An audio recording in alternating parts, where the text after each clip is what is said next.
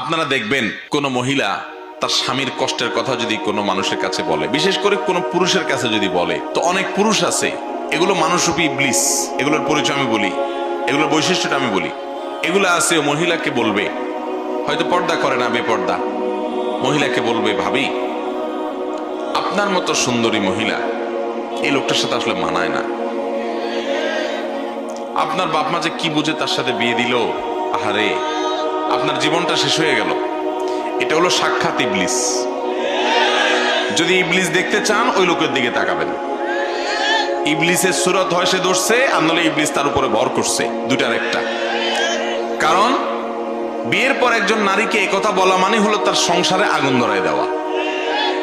ঠিক একইভাবে পুরুষকেও এসে দেখেন অন্য কোনো মহিলা কিংবা তার কোনো পুরুষ বন্ধু দেখবেন এরকম উস্কানিমূলক কথা বলে, বলবে যে ভাই আপনার মতো রাজপুত্র ছেলে, আপনার জীবনে কত ভালো ভালো ছেলে পাওয়া যাইতো, ইস আপনার জীবনটা বহুত কষ্টে যাচ্ছে ভাই, খারাপ লাগে ভাই আপনার জন্য।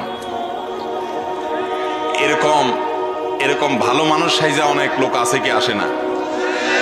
আপনি বুঝবেন যে এটা এক নম্বরের ইবলিস। এটা আমাকে ফুসলাচ্ছে, উস্কাচ্ছে আমার স্ত্রীর বিরুদ্ধে আমাকে।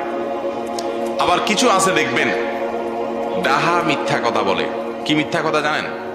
আইসা বইয়ের তারিফ করবে, এমন তারিফের তারিফ, এগুলো আরেক অমানুষ।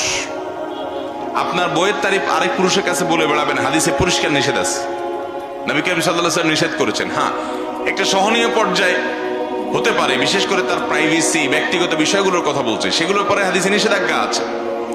অনেকে আছে যে এই ক্ষেত্রে মিথ্যা কথা বলে, তাহা মিথ্যা কথা। যা দেখেন বাসায় বউর সাথে সারাদিন চুলাচুলি চলে, হাতাহাতি চলে, ইউক্রেন রাশিয়ার যুদ্ধ চলে, কিন্তু অফিসে আইসা কলিগের সাথে, সহকর্মীর সাথে গাল গল্প দেয়, জানোস না দোস্ত আমার বউটা রে বাপরে বাপ, আমার যা কেয়ার করে। ডাহা মিথ্যা কথা। এবার যে বেচারার কাছে বলে